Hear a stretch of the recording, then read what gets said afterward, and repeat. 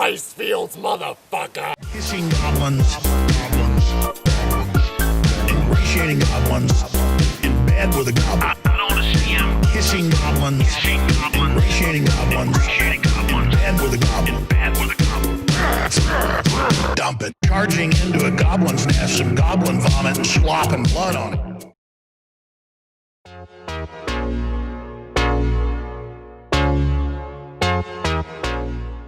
Hello there, ladies and gentlemen, and welcome back to the channel. I just have to say, today is a very special day. What brings us together is quite special indeed. We are here to talk about Cyberpunk 2077. Oh my god! Okay, it's happening! Everybody stay calm! What's the procedure, everyone? What's the procedure? Stay calm! What? And it has been far too long since we've revisited this topic, but thankfully, the good folks over at Kotaku continue to prove that they are, in fact, the most dog shit gaming journalist site that's out there, and there's some pretty stiff competition, but Kotaku stands alone at the top of the mountain of dumbassery and retardation. Now, some of you might remember a few months ago when Kotaku wrote an article talking about transphobia in Cyberpunk 2077. Actually, they did this on two different occasions. There's an article just about a tweet that the official Cyberpunk 2077 Twitter account put out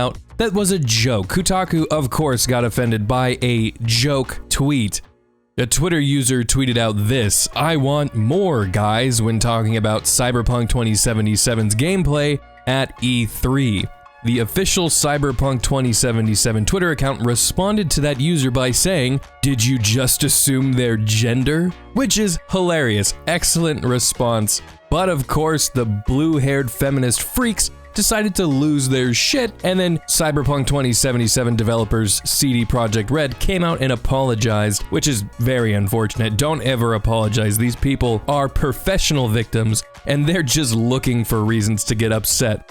The second time that they complained about transphobia was actually from the video that I did a few months ago, where you had this in-game advertisement featuring a trans person, and it showed off a pretty interesting upgrade, you could say, that they had done to their genitals.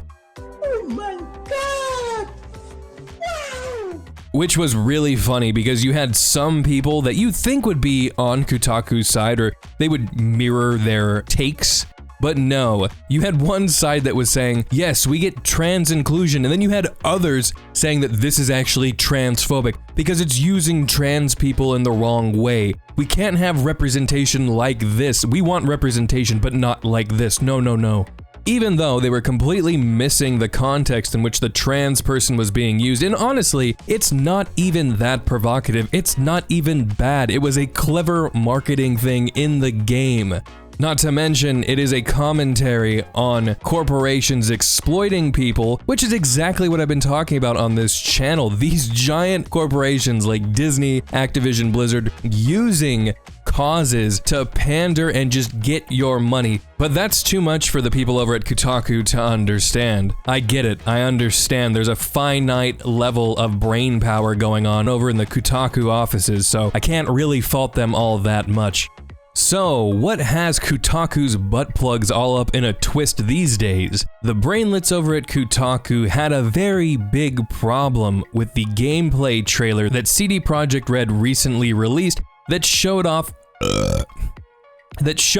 all of the gangs of Night City, and they focus in on a very specific gang. I'm just gonna read you the title of the article, and I want you to just guess, which gang do you think it is? The title of this article is "Bringing a Katana to a Gunfight." Any takers on which gang they're talking about? Could it be the Asian gang, maybe? Just maybe. That's right, ladies and gentlemen, this article is centered around the Tyger clause. Now, you would think that people that are so race and gender obsessed like the folks over at Kotaku, they would be happy that we have Asian representation in a game. But no, it's never good enough. Nothing is ever right for these people, so of course, they write an article talking about how this is cultural appropriation, this is Westerners not understanding Asian people. Now, I'm not going to be going through this entire thing because it would be far too long to do that. There is a lot of stupidity to dissect as it is, So I'm going to be leaving a link to the full article down in the description below. As always, I highly encourage you to check it out for yourself, get the entire context, and make up your own mind. Let's go ahead and dive into the article, shall we? A recent trailer for Cyberpunk 2077 was upsetting to a lot of people of color in my gaming circles. Most notably, my Asian diaspora friends were abuzz by the blatant Orientalism in a segment about an in-game gang called the Tyger Claws. Well, see, there's your first problem. You're looking at your circle, your weird, race-obsessed gaming circle, which I'm reluctant to call it a gaming circle, maybe political activist circle. That sounds a little more correct. The trailer's first shots of the Tyger Claws was drenched in red, a color I associate more closely with Chinese visual culture. The promo image for the gang began with an English logo that was partially composed of suspect katakana letters, and basically written in a chopsticks font that is heavily associated with the Western caricatures of Chinese people. Although the music in the background reminds me of Chinese operatic ballads with its distinct vibrato, none of my Chinese or Japanese friends could confirm the origin of the music. It was ethically ambiguous, and I didn't understand why a lovely ballad was playing over a video game about a murderous gang. I spotted a bonsai tree, and one of the characters was wielding a katana. The cultural markers were all over the place. It turns out the gang is Japanese. So you're telling me your first point out of all of this is that you personally associate a color with Chinese culture. That sounds more like a you problem, but I'll indulge you a little bit. Have you ever happened to see the Japanese rising sun flag? Well, spoiler alert, there's red on it. You got red on you. But I get it, you're Kotaku, you're probably thinking red, communism, China, buddy, I get it, it's okay, it's common mistake from people like you, so don't worry about it, we'll let this one slide. The next thing that you point out is the font. Somebody, correct me if I'm wrong here, but behind the characters in this photo, is that not Japanese lettering? Again, I'm not gonna press too hard on this because I don't really know myself, but they're clearly upset about the font that was used for Tyger Claws. I mean, if we're at a point where you're getting triggered by fonts, we have a whole nother discussion to have. I do, however, want to talk about the music that was used in the trailer. I wasn't aware of the rule that said that what's going on the screen needs to match the music behind it. Do you not think that the music could be displaying the beauty of Japanese culture? Or perhaps show the duality of this gang? Maybe they're very reserved, perhaps elegant. But if you fuck with them, they're going to cut your head off with a katana. I mean, are you expecting Mick Gordon to do the soundtrack for this? Are we expecting some just heavy, balls to the walls metal to kick in?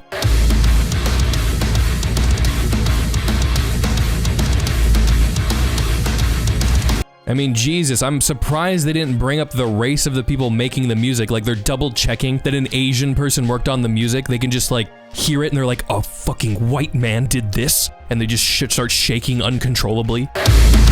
Now, to be fair, the bonsai tree is in the trailer and that is Chinese. However, the term bonsai itself is what the Japanese use to describe the horticultural technique when it comes to caring for greenery.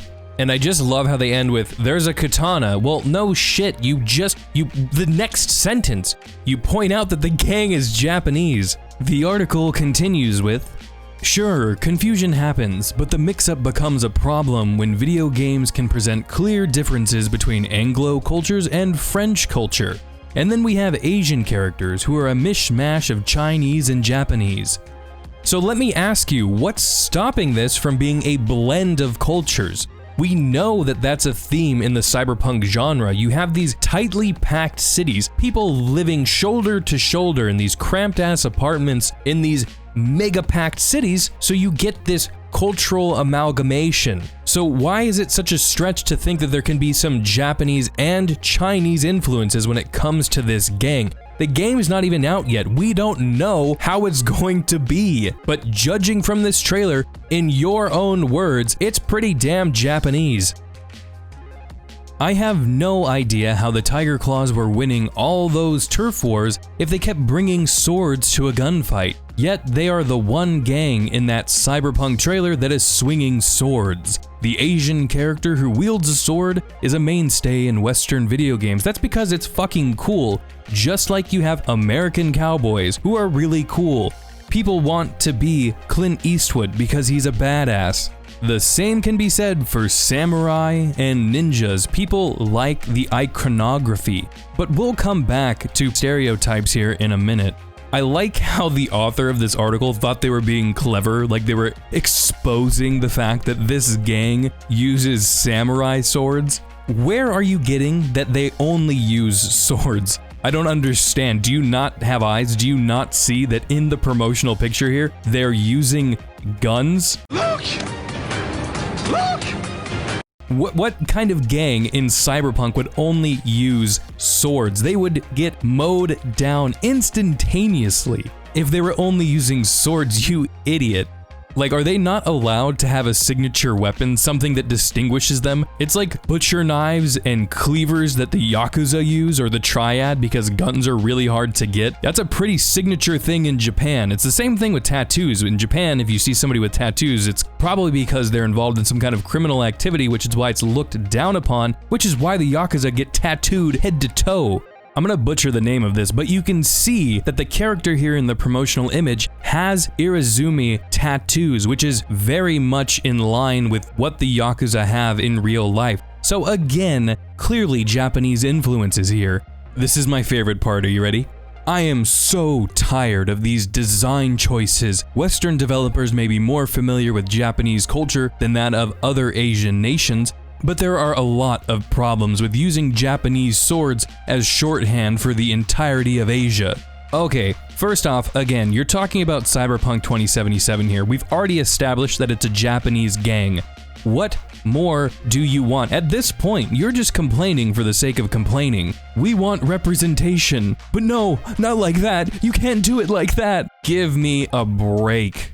Side note here, this is not to get political, this is not a political video, I don't want to go down that rabbit hole, but the author of this article says, among them is relatively recent history of Japanese imperialism, when nationalists considered their culture to be superior to those of their colonized subjects. Shut the fuck up. You're talking about China. China that has been encroaching on other nations' territories recently, as of weeks ago. Shut your stupid mouth. Sorry, I had to get that out. I had to put this in here only because they said it and it caught my eye. That's not gonna just slip on by. Sorry. The article wraps up with this.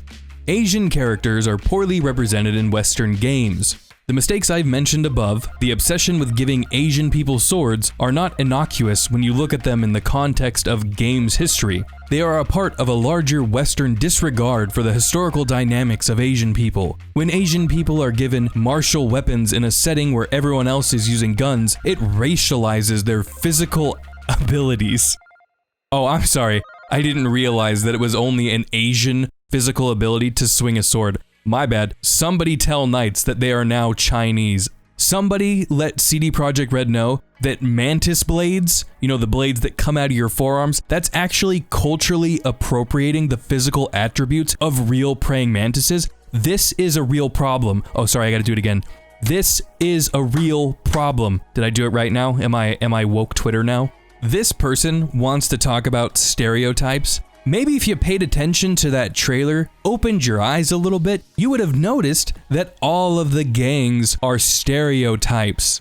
What about the Valentinos, who are clearly full of Hispanic gang members and they're ultra religious? I'm honestly shocked that they're not freaking out about parallels to like Mexican drug cartels or something. Or the 6th Street Gang, which is full of a bunch of paramilitary, ultra-patriotic, two-way gun-toting, hillbilly, redneck-ass people. Seriously, when I look at these gang members, I'm honestly shocked that they don't have like MAGA hats on or something. MAGA 2077. These gangs all have unique personalities. They all have attributes that make them stand out. That's what makes them interesting. That's what's going to distinguish them from one another.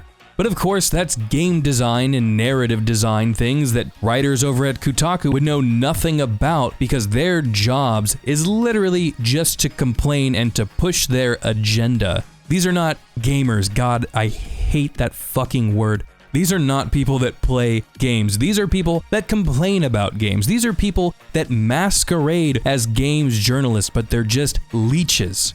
They view games and media as nothing more than a way for them to just spread their tendrils and their horribly flawed ideologies. Getting back on track here really quick, the Voodoo Boys. Do you remember when the Voodoo Boys scandal happened? They called out Mike Pondsmith, and when I say they, I mean obviously games journalists.